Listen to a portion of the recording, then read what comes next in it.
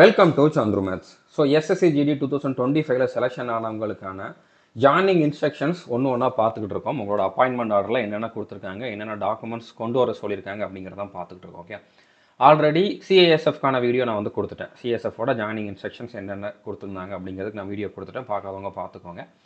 இந்த வீடியோவில் சிஆர்பிஎஃப்ல என்னென்ன ஜாயினிங் இன்ஸ்ட்ரக்ஷன்ஸ் கொடுத்துருக்காங்க, என்னென்ன டாக்குமெண்ட்ஸ் கொண்டு வர சொல்லியிருக்காங்க அப்படிங்கிறத வந்து பார்க்க போகிறோம். ஓகே, ஸோ இதில் அதிகமாக கேட்கலை. இதில் வந்து உங்களுக்கு இப்போ சிஎஸ்எஃப்ல கேட்டிருந்த மாதிரிலாம் வந்து எதுவும் ஃபில் பண்ணுற மாதிரி எதுவுமே கொடுக்கல. ஓகே, பட் இருந்தாலும் என்ன கொடுத்துருக்காங்க அப்படிங்கிறத வந்து நீங்கள் தெரிஞ்சுக்கணும். அதனால் கண்டிப்பாக இந்த வீடியோ வந்து ஃபுல்லாக பாருங்கள். ஸோ செலெக்ஷன் ஆன சந்துருமே ஸ்டூடெண்ட்ஸ் இந்த கூகுள் ஃபார்ம் ஃபில் பண்ணியிருந்தீங்க அப்படின்னா ஓகே, ஃபில் பண்ணலை அப்படின்னா ஃபில் பண்ணிடுங்க.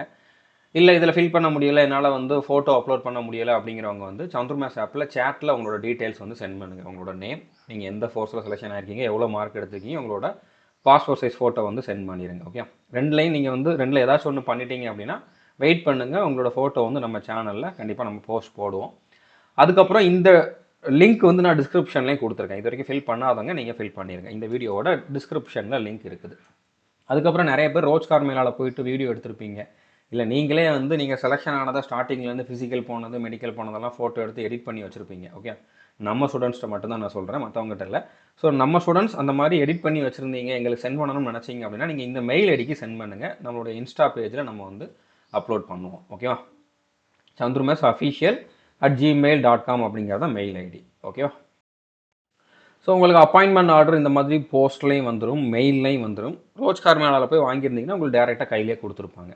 எனக்கு இன்னும் மெயிலும் வரல, போஸ்ட்டும் வரல அப்படிங்கிறவங்க வந்து வெயிட் பண்ணுங்கள். ஓகே, 1-2 நாளுக்குள்ளே அனுப்பிச்சிடுவாங்க. பர்டிகுலராக இமெயில் வர்றதுக்கு நிறைய பேருக்கு வந்து லேட் ஆகும். வெயிட் பண்ணுங்கள், கண்டிப்பாக வந்துடும். ஓகே, ஸோ இப்போ இதில் வந்து நிறைய பேருக்கு இந்த பாயிண்ட் வந்து டவுட்டாக இருக்கலாம். இது வந்து டெம்பரரி போஸ்ட்னு கொடுத்துருக்காங்க, லைக்லி டு கண்டினியூன்னு கொடுத்துருக்காங்க அப்படின்ட்டு. ஸோ எல்லா போஸ்ட்டுமே டெம்பரரி அப்படிங்கிற மாதிரி தான் கொடுப்பாங்க.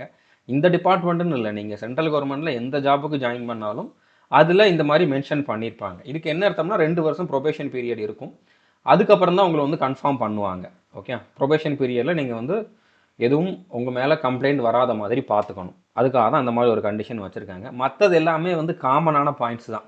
உங்களுக்கு சேலரி எவ்வளோ இருக்கும், அடுத்ததாக வந்து பார்த்திங்கன்னா நியூ பென்ஷன் ஸ்கீம், அடுத்ததாக வந்து ட்ரைனிங் ரிலேட்டடாக, அடுத்ததாக நீங்கள் வந்து நடுவில் ரிசைன்மெண்ட் வந்தீங்கன்னா அமௌண்ட்டு பே பண்ணணும். 10 வருஷத்துக்குள்ளே நீங்கள் வந்து 10 வருஷம் சர்வீஸ் முடிகிறதுக்குள்ளே வெளியில் வந்தீங்கன்னா நீங்கள் அமௌண்ட்டு பே பண்ணுற மாதிரி இருக்கும். அதை பற்றி சொல்லியிருப்பாங்க.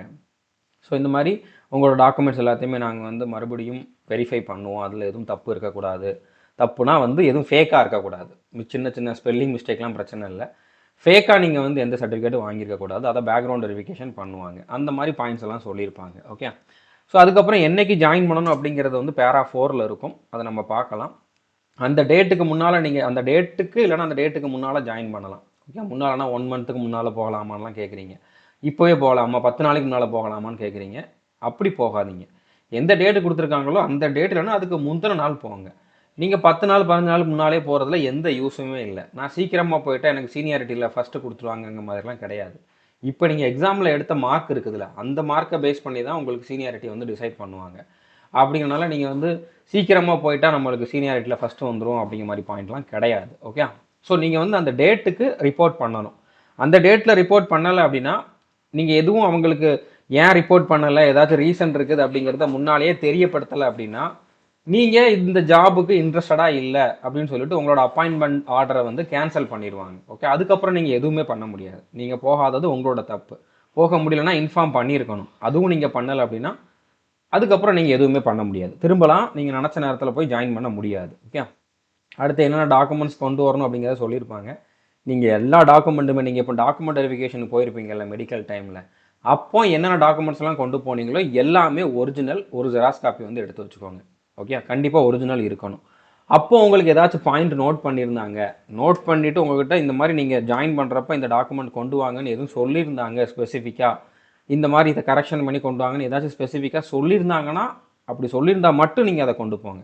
இல்லைன்னா தேவையில்லை. ஓகே, ஏன்னா இனிமேல் உங்களை டாக்குமெண்ட்டுக்காகலாம் ரிஜெக்ட்லாம் பண்ண மாட்டாங்க. திரும்ப ஒரு வாட்டி சும்மா செக் பண்ணுவாங்க, உங்களோட சர்வீஸ் புக்கில் என்ட்ரு பண்ணுவாங்க. அதுக்காக தான். மற்றபடி நீங்கள் டாக்குமெண்ட் ரிலேட்டடாக பயப்படுறதுக்கு எதுவுமே இல்லை. ஓகே, ஸோ அதுக்கப்புறம் எப்போ ஜாயின் பண்ணணும் அப்படிங்கிறத எங்கே கொடுத்துருக்காங்க. எனக்கு தெரிஞ்சு எல்லாருக்குமே வந்து இந்த டேட்டு தான் கொடுத்துருப்பாங்க. சிஆர்பிஎஃப்ல செலெக்ஷன் ஆனவங்களுக்கு சிஆர்பிஎஃப் ஆவடியில் நீங்கள் 23ஆம் தேதி பிப்ரவரி 23 இல்லைனா அதுக்கு முன்னால் வந்து நீங்கள் ரிப்போர்ட் பண்ணணும் அப்படிங்கிற மாதிரி சொல்லியிருக்காங்க. ஓகே, ஸோ நீங்கள் 23 இல்லைனா 22 அந்த டேட்டில் போங்க. நான் 10 நாளைக்கு முன்னாலே போகிறேன் அப்படிங்கிற மாதிரி போகிறனால எந்த யூஸும் இல்லை, நான் ஆல்ரெடி சொல்லிட்டேன். ஸோ இதுக்கப்புறம் இங்கே போனதுக்கப்புறம் தான் உங்களுக்கு ட்ரைனிங் சென்டர் எங்கே அப்படிங்கிறது உங்களுக்கு தெரிய வரும். சிஆர்பிஎஃப்ல எப்போவுமே அந்த மாதிரி தான் பண்ணுவாங்க. எல்லாருக்கும் ஆவடியில் தான் ட்ரைனிங் இருக்கும் அப்படிங்கிற மாதிரி கிடையாது. இங்கேருந்து வேறு ட்ரைனிங் சென்டருக்கு அனுப்புவாங்க மொத்தமாக. ஓகே, ஸோ புரிஞ்சுக்கணும்னு நினைக்கிறேன். ஸோ என்ன டாக்குமெண்ட்ஸ்ங்கிறது மறுபடியும் சொல்லியிருக்காங்க. 10th மார்க் ஷீட்டு, 12th முடிச்சிருந்தீங்கன்னா 12th மார்க் ஷீட்டு, டிகிரி முடிச்சிருந்தீங்கன்னா degree certificate mark sheet, diploma முடிச்சிருந்தாலும் அதுக்கான சர்டிஃபிகேட்ஸ். அடுத்து எஸ்சி எஸ்டி ஓபிசி இடபிள்யூஎஸ் எந்த கேட்டகரியோ அந்த கேட்டகரிக்கான சர்டிஃபிகேட். ஓகே, நீங்கள் நியூவாக வாங்கணும்லாம் இல்லை, ஆல்ரெடி நீங்கள் வாங்கினதே போதுமானது. இல்லை புதுசு வாங்குறதா இருந்தாலும் நீங்கள் வாங்கிட்டு போகலாம், உங்களோட விருப்பம் தான். ஓகே, அதுக்கப்புறம் இது வந்து வருஷம் கொடுக்குறாங்க. ஓகே, இவங்க வந்து நானும் போன வருஷம் போட்ட வீடியோவில் சொல்லியிருக்கானா அதுக்கு முந்தின வருஷம் போட்ட வீடியோவில் சொல்லியிருக்கானும் பார்த்துட்டேன். ப்ரீ வெரிஃபிகேஷன் ஃபார்ம் வந்து என்க்ளோஸ் பண்ணியிருக்கோம், அதை வந்து நீங்கள் ஃபில் பண்ணி அதில் வந்து அட்டஸ்டேஷன் வாங்கிட்டு வரணும் அப்படிங்கிற மாதிரி மென்ஷன் பண்ணி ஹைலைட் வேறு பண்ணியிருக்காங்க. ஆனால் அந்த ஃபார்ம் ஒன்றும் கொடுக்கவே இல்லை. போன வருஷமும் நான் பார்த்துட்டேன், ஒருவேளை இந்த வருஷம் மிஸ் பண்ணியிருப்பாங்க போல். போன வருஷம் கொடுத்துருக்காங்களான்னு லாஸ்ட் இயர் நான் போட்ட வீடியோவை நான் செக் பண்ணி பார்த்துட்டேன். அப்போவுமே நான் இந்த பாயிண்ட்டை தான் சொல்லியிருக்கேன், கொடுக்கல அப்படின்ட்டு. ஓகே, இப்போவும் கொடுக்கல, ஆனால் ஹைலைட் பண்ணியிருக்காங்க. யாருக்காச்சும் வந்திருந்தால் நீங்கள் கமெண்ட் பண்ணுங்கள். மெயிலில் வரல, ரோஜ்கார் மேலால் போய் வாங்கினவங்ககிட்டையுமே அவங்க கொடுக்கல. ஸோ அப்படினால இந்த மாதிரி ஒரு ஃபார்மே அவங்க இது வரைக்கும் கொடுக்கல. கொடுத்தா தனியாக எதுவும் கொடுத்தா மட்டும் நீங்கள் ஃபில் பண்ணுங்கள், இல்லைனா பிரச்சனை இல்லை. அடுத்து பாஸ்போர்ட் சைஸ் ஃபோட்டோ 10 ஃபோட்டோ வந்து கொண்டு போயிருங்க. க்ளீன் ஷேவ் பண்ணிவிட்டு நீட்டாக ட்ரெஸ் பண்ணி மினிமம் 10, நீங்கள் அதிகமாக கொண்டு போகிறது நல்லது தான். அதுக்கப்புறம் ஸ்டேட் பேங்க்கில் உங்கள் பேரில் சேவிங்ஸ் அக்கௌண்ட் ஓப்பன் பண்ணணும். ஜாயிண்ட் அக்கௌண்ட்லாம் தேவையில்லை, உங்கள் பேரில் இண்டிவிஜுவல் அக்கௌண்ட் தான் ஓப்பன் பண்ணணும். ஓகே, அதுக்கான பாஸ்புக்கு, செக் புக் கண்டிப்பாக இருக்கணும். அதுவும் நீங்கள் அக்கௌண்ட் ஓப்பன் பண்ணுறப்பவே வந்து அப்ளை பண்ணிடுங்க. பாஸ்புக்கும் கண்டிப்பாக நீங்கள் கொண்டு போகணும், செக் புக்கும் கொண்டு போகணும். அதுக்கப்புறம் ஏடிஎம் கார்டும் கொண்டு போகணும். மினிமம் 6500 பேலன்ஸ் வச்சுக்கோங்க. அது வந்து எதுக்காக, நீங்கள் ஒரு மாதம் 2 மாதத்துக்கு அப்புறம் தான் உங்களுக்கு சேலரி வரும், அது வரைக்கும் நீங்கள் மெஸ் ஃபீஸ் பே பண்ணணும். அதுக்கான அமௌண்ட் வந்து கொண்டு வர சொல்லியிருப்பாங்க. மினிமம் 6500. ஆனால் கண்டிப்பாக நீங்கள் இதை விட அதிகமாகவே வச்சுக்கோங்க, உங்களுக்கு மற்ற எக்ஸ்பென்சஸ் இருக்கும். அதுக்காக நீங்கள் வந்து எக்ஸ்ட்ராவே வந்து அமௌண்ட் வச்சுக்கோங்க. ஓகே, அதுக்கப்புறம் லைட் பெட்டிங்ஸ், கிளாத்திங்ஸ் அப்படிங்கிற மாதிரி சொல்லியிருக்காங்க. ஸோ இது நீங்கள் உங்களுக்கு தேவைக்கு ஏற்ற மாதிரி கொண்டு போய்க்கோங்க. பெட்ஷீட்டு, அடுத்ததாக வந்து உங்களுக்கு தேவையான கிளாத்து, லோயர், அடுத்ததாக வந்து பார்த்திங்கன்னா ஒரு 4-5 டிஷர்ட்டு, ஷார்ட்ஸு, ஷூ, கண்டிப்பாக ஒரு ரன்னிங் ஷூ வந்து வச்சுக்கோங்க. சாக்ஸ் போதுமான அளவு வச்சுக்கோங்க. பட் அங்கே போனதுக்கப்புறம் அவங்க ஒரு யூனிஃபார்மாக எல்லாருக்கும் ஷூ வந்து இஷ்யூ பண்ணுவாங்க. ஏன்னா இந்த மாதிரி கேன்டீனில் வாங்கிக்கோங்கன்னு சொல்லுவாங்க. யூனிஃபார்மாக எல்லாருக்கும் சாக்ஸுமே ஒரே மாதிரி இருக்கும். ஓகே, எல்லாருக்குமே ஷார்ட்ஸு, டிஷர்ட்டு, உள்ளே போடுற பனியன் எல்லாமே கொடுப்பாங்க. ஓகே, அதாவது உங்கள்கிட்ட பேமெண்ட் வாங்கிட்டு தான் நீங்கள் வந்து அதுக்கு பே பண்ணணும். ஆனால் யூனிஃபார்மாக எல்லாருக்கும் ஒரே மாதிரி இருக்கிற மாதிரி அவங்க எல்லாமே கொடுப்பாங்க. நீங்கள் இப்போதைக்கு ஒரு 2-3 ஷார்ட்ஸு, லோயரு, டிஷர்ட்டு, ஒரே ஒரு ரன்னிங் ஷூ கொண்டு போயிருங்க. ஓகே, அதுக்கப்புறம் ஸ்வெட்டர் எடுத்துக்கோங்க. ஏன்னா நீங்கள் கண்டிப்பாக அதர் ஸ்டேட்டுக்கெலாம் போனீங்கன்னா குளிர் அதிகமாக இருக்கும். ஸ்வெட்டர் ஒன்று வச்சுக்கோங்க. அதுக்கப்புறம் வந்து எங்கே போகிறீங்க அப்படிங்கிறத பொறுத்து நீங்கள் அங்கே போய் கூட அதுக்கான திங்ஸ் வந்து வாங்கிக்கலாம். ஓகே, தலையணை எல்லாமே நீங்கள் அங்கே போய் கூட வாங்கிக்கலாம். ஓகே, அடுத்ததாக வந்து பேன் கார்டு, ஆதார் கார்டு கொண்டு போயிருங்க. நேட்டிவிட்டி சர்டிஃபிகேட் கொண்டு போயிருங்க. ஓகே, ஸோ நீங்கள் வேறு எதுவும் இங்கே எஸ்டி கேண்டிடேட் அப்படின்னா கண்டிப்பாக எஸ்டி சர்டிஃபிகேட் கொண்டு போயிருவீங்க. ஸோ அதனால் தனியாக இன்னொரு சர்டிஃபிகேட்லாம் தேவையில்லை. இவ்வளோ தான் கொடுத்துருக்காங்க. ஓகே, கீழே வந்து பார்த்தீங்கன்னா character certificate. Okay, certificate of character அப்படின்னு சொல்லிட்டு இங்கே வந்து டிஸ்ட்ரிக்ட் மேஜிஸ்ட்ரேட்டை வாங்க சொல்லியிருக்காங்க. ஓகே, ஸோ இதில் வந்து பார்த்தீங்கன்னா I know mister or missus, mister or miss. Okay, mister or miss, உங்களோட பேர், இந்த இடத்துல உங்களோட பேர். ஓகே, அதுக்கப்புறம் வந்து பார்த்தீங்கன்னா சன் ஆர் டாட்டர் ஆஃப்னு சொல்லிட்டு உங்களுடைய அப்பா பேர். ஸோ அதுக்கப்புறம் எத்தனை வருஷம் எனக்கு தெரியும் அப்படின்னு சொல்லிட்டு இங்கே யார் சைன் போடுறாரோ அவர் எழுதணும். ஓகே, எத்தனை வருஷம் தெரியும்.